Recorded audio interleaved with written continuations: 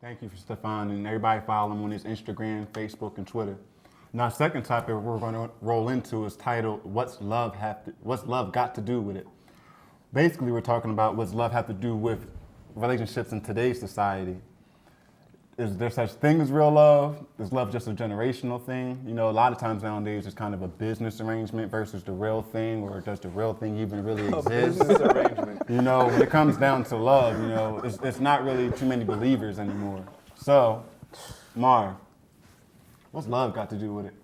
Does fear cause comfortability, Mark? Yeah. Oh yeah, definitely. Fear is a major hindrance. Thank you, Steve. I look at fear as being something more along the lines that stunts the opportunity of growth. So I mean, I'll leave it at that for now. I want to hear what some other people got to say.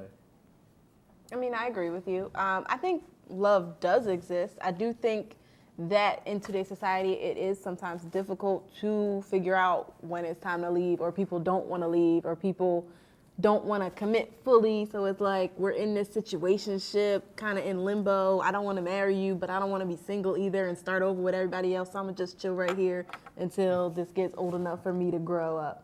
Very comfortable. So wait, you're not in love until you're married, or? I'm not saying that you're not in love until you're married, but I'm saying a lot of times it seems like people just stay in one point. I mean, I don't know. Do you have a lot of friends who's getting married right now and all those things? Not a whole lot, no. There's some, but not a whole lot. But I feel like in past years, around this time, 25s, 27s, all those good things, this is the time where people are proposing and taking that next step, buying homes, whatever, what have you. Wait. I got friends who still live with their moms. Now, because I have something for you, but Craig Mack, tell us what you think first. Well, you know, I don't necessarily disagree with the contract aspect of things. You mind signing right here?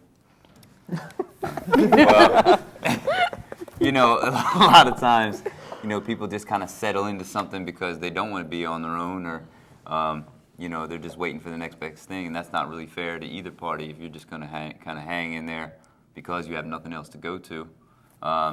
You know, I know some of my friends have been in a relationship for years, and who knows if it's really going anywhere, but they don't even seem to want to test the waters. And then you get these girls that just get so comfortable, they don't know any better, and people are getting married at a young age, and it seems like they're getting divorced even younger because they just got themselves into something that they were never really committed to in the beginning.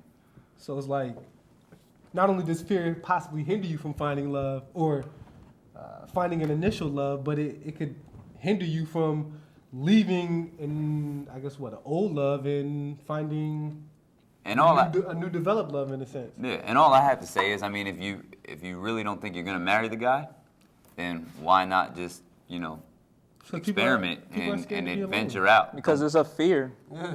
Now let me go back to what you said, D, about the times.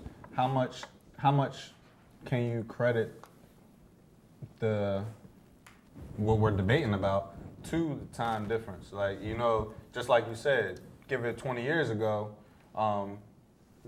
when you were 25, you probably had about 3 kids, a wife or a husband, like everything was set and you were, you know what I mean, building that family. Now, just like you were saying, 25-year-olds, I just turned 25, Steve's about to turn 25, Jeff's 26, like we're all in that age group, but none of us are married. I'm damn near married. Yeah, but Exactly. Damn near married.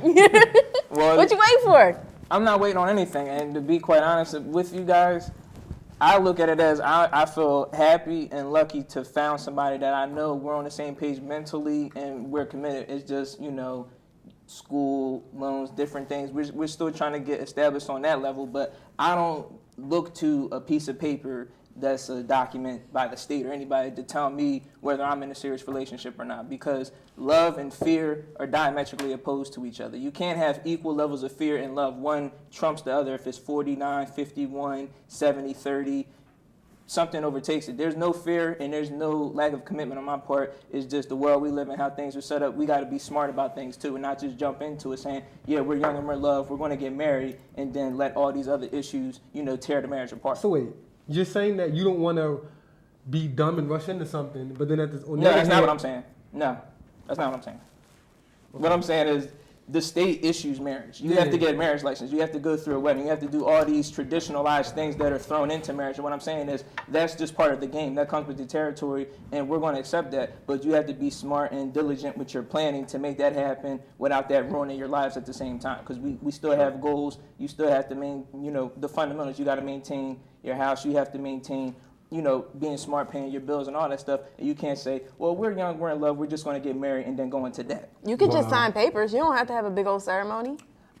You're right about that, but I'm going to just be honest with me and my personal situation. I know that that's going to happen because a lot of people on both sides of our families aren't married. So this is going to be a big deal. It's going to be So then it's not a societal thing. It's something that you actually want to do. Well, you know No, what it's something it is? I'm going to Honestly, do. It's something I'm you know going what to it do. is, Steve, Danielle? It's growth. Love is growth. I feel so what really people need to do is reevaluate themselves.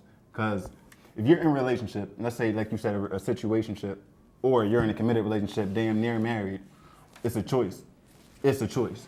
If you're going to be together, you're going to be together. If you're going to have a situation, it's your choice to be in that situation. If you're going to like I said, we're going to talk about what love has to do with the love. Love, you have to love yourself before you love the person. Even when you're with the person, you still have to take time to grow within each other together. You know, ladies love we're Shakira. young, like you just said. Ladies love Shakira. But like you said, what's money got to do with love? no, though? money is only part of it. Just like family, just like God. No, God Is it? God is all of it. Is But it though? For some Because people. It's hats. Yes, sir. No, when it comes absolutely it is. When it comes down to love, I feel as though it's balance. You have to be balanced. Unless some people like chaos. That's the key Yeah, that word, is- balance. Chaos likes chaos. Peace normally likes peace. Positive and negatives attract, but what I'm learning in real But you life could have is, an established relationship with a girl, or a dude, depending on, your orientation. But you if roll. the connection is there from, a physical standpoint, from a mental standpoint, but the finances are, you could be hindering somebody else's dreams. You could be being a crutch for somebody else. but who's to call that? Is that you?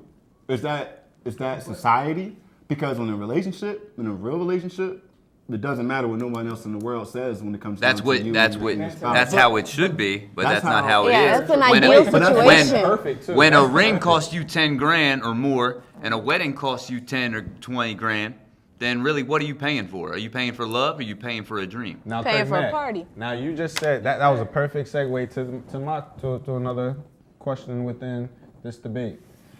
How much does social media have to do with this? Because we talked about the times are different or were different, just say 20 years ago. 20 years ago, there wasn't a YouTube. 20 years ago, there wasn't Facebook.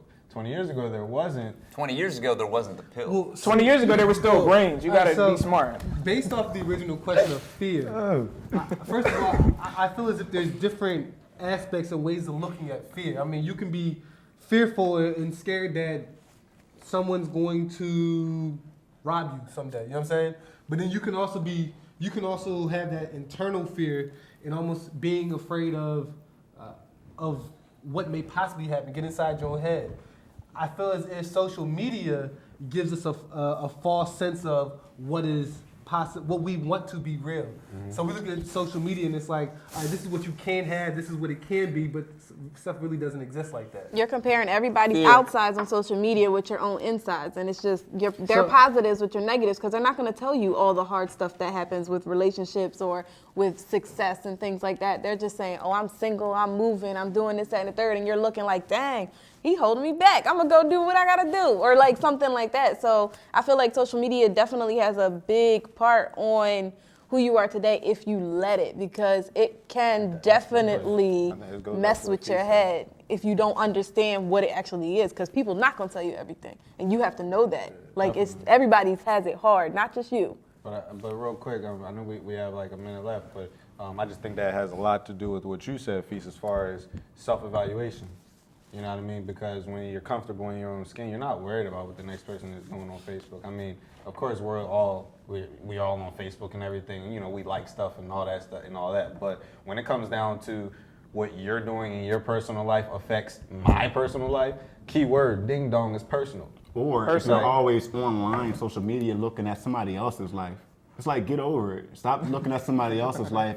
Put more attention into your life and stop scrolling and liking. If you actually pick up whatever holy book, let it be a Quran or a Bible or whatever, or even just an empowerment book, or just find a new hobby. You know, stop being on these Instagrams and these Facebooks and these Twitters, just looking at these girls or these girls looking at these guys, or you just screaming out nonsense. And But nobody that's has time something for that younger kids need to hear, because I think for them all they know is social media. That's Think what about it. they- Like, we that's actually what had they- a time where we played tag. We That's did why all it's that, important for that people stuff. like Can We Talk, everybody here on this media, That's and right. everybody here. My thing is this, we're the future. We're the leaders. That's right. Norristown's finest, if you want to say it in different words. And you know, and I always tell Jerice every day, pinch yourself. This is not a dream. This is real life. You know, this is real. your life. You have one time around, and you really can do something great. This is your chance. And that's good words, Peace. Now, on that note, we could definitely go into another debate, or not debate, but another good discussion as far as children and that younger generation that wasn't raised like we were raised. That's a whole nother 80s not on the babies. subject. But Barely right now, 80s babies. we do have to take a little break. What we're gonna do is, you heard our opinions and you heard our discussion. We're gonna go to someone that is qualified to give a more professional point of view on our whole "What's Love Got to Do" topic. He's a pastor and marriage counselor, Pastor Ed Crenshaw from Victory Fellowship Church. So check out his response to our question, and we'll be right back.